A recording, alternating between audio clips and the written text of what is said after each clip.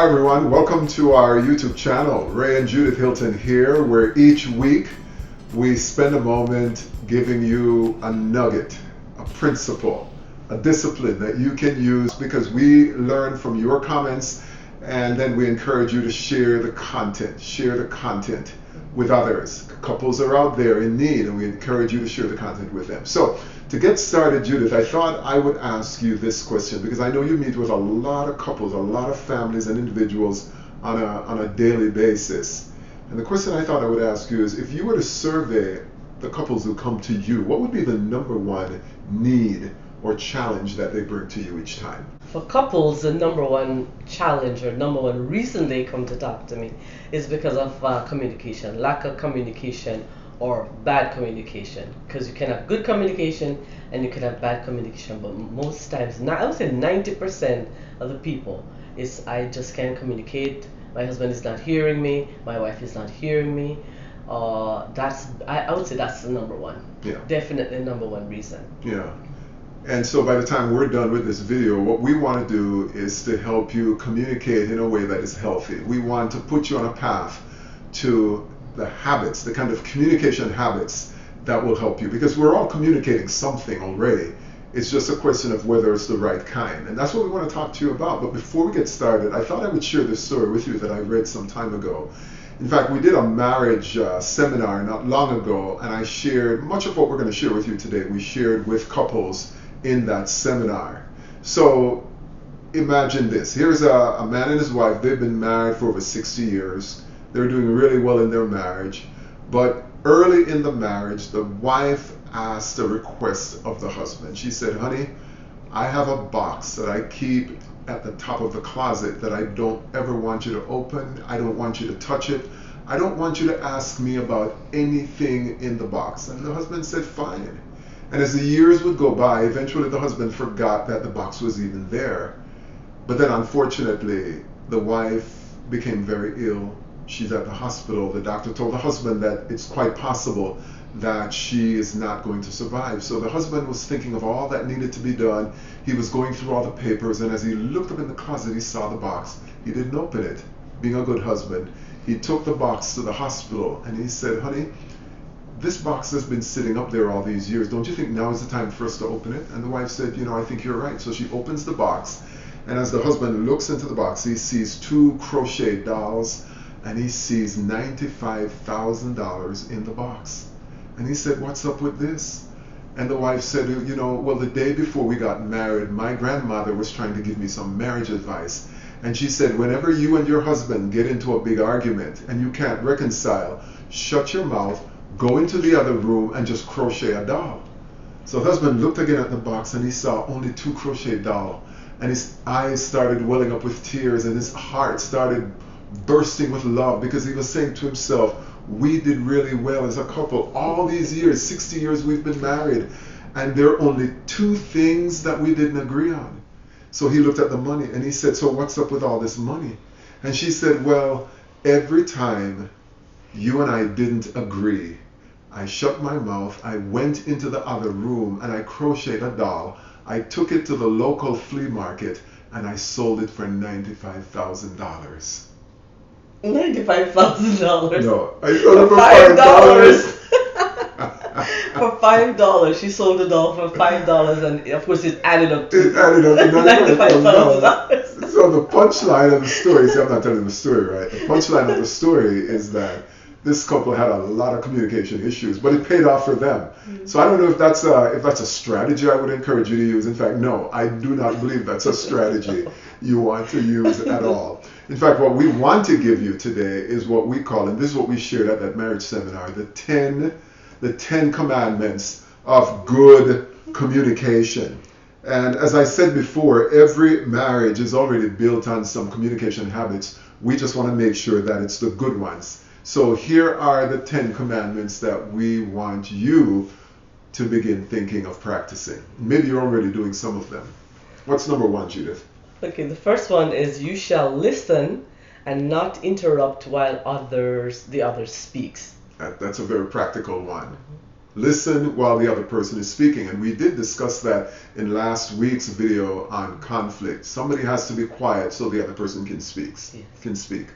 Okay, you shall not bring up past events to shame or belittle your spouse. Yeah, a lot of couples have a bad habit with that, Judith. Why is that not a good thing to do? Because if you bring up the past, my philosophy is like you're putting your hand down in a garbage and expect your hand to come out clean. And so that's one of the things I tell couples all the time. Do not keep bringing up the past, because you might be just making the person feel constantly condemned. Yes. And they can't move forward because you almost like you've never forgiven them, or would not allow them to forgive themselves, or to keep reminding them of the past.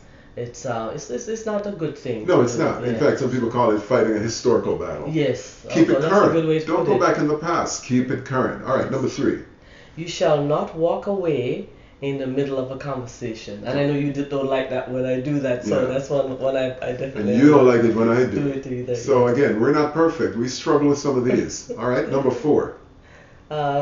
You shall not shout at your spouse. And sometimes couples have a tendency, when they're arguing, both people are raising their voices and somebody has to bring down the amp. I always tell them. And the reason why people end up shouting is because nobody is being quiet so the other person can speak. Correct. So don't shout. And in order not to shout, you've got to listen first before you speak. All right, number 5. You shall not unfairly accuse or blame your spouse of wrongdoing. Right. That one's pretty self-evident. To unfairly accuse or blame. Always saying it's your fault. You never do this. Those kinds of broad, absolute statements are never helpful. What about number 6? You shall not use silence to avoid communication. Don't go through the day without talking to each other. And when we did the episode on conflict, Judith, what was that called within that whole conversation? We called it stonewalling. Stonewalling, where you're just giving your spouse the silent treatment as if they don't exist. That is not a cool thing to do, and it's not very helpful. Number 7. You shall not use profanity with your spouse. This one is a popular one, believe it or not. I am amazed that people think it's okay to say words, profane words to their spouse. And of course, the children are listening in. If you have they have kids, children, you're just teaching them how to do the same, guys. Yes, so this is a very touchy one. And to me, it shows a lack of your ability to use the vocabulary well. If that's the best you can do, then it means you're really limiting your ability to communicate by using profanity. It's very, very upsetting. It's very insulting. It's just not what should be happening between a couple that's trying to grow their marriage. Yeah, and it's disrespectful. Very disrespectful. Number 8. You shall speak the truth in love, disclose your wants, feelings, thoughts, and speak for self. Like, I feel, this is what I feel, doesn't mean that you're speaking for the other person. Speak for self. Yeah. So just speak the truth. Speak the truth, but speak it with love. Speak it with a level of kindness. Speak for yourself. Very good. Number 9. You shall not label your spouse. Label or belittle your spouse. What's up with that one, Judith? Well, usually if you labeling, sometimes it will stick. And for you, if you keep hearing your spouse say, "Oh, you're not smart," "Oh, I'm not smart. I really am not smart," or "You're dumb," or "You're stupid," or "Why don't you use your brain?" Yes. Or anything like that to make the person feel like they're not very intelligent. You're not very intelligent. That does make the person feel small. Yes, really small. Of course. And if you want to grow your marriage, this is definitely not the way to grow and to bless and encourage your partner. Is to use words that will help them to blossom. So don't belittle. Number 10, and this is maybe one of the ones I love the most. Go ahead. You shall not go through a day without sharing compliments. Exactly. And compliments, we will always talk about words of affirmation. We talk about that so many times, that we use our words to build up. And if a spouse hears a compliment every day, wow, I know if you do that to me every day, and when you do that to me, compliment me, um, how many times in a day, it really makes me feel special. Here you So go. that's what I would advise every couple. This is a really big one. If you do that, then you'll have a spouse that's really feeling fulfilled. Good, good.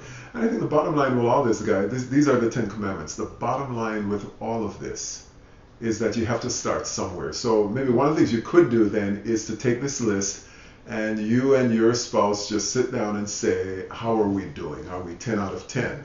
And if you say you're 10 out of 10, you guys are lying. I'm just going to tell you right now. But if you're 1 out of 10, boy, you really have some work to do. But the bottom line is you got to figure out where you are. Be honest as to where you are. You can also come up with your own list. Yes, that's a There good might be other commandments that you want to add to this. Come up with your own list and say, this is the culture that we want to build within our home. We want to teach each other how to communicate. And if indeed what blood is to the body is what communication is to a marriage, then you definitely want to make sure that the communication is healthy.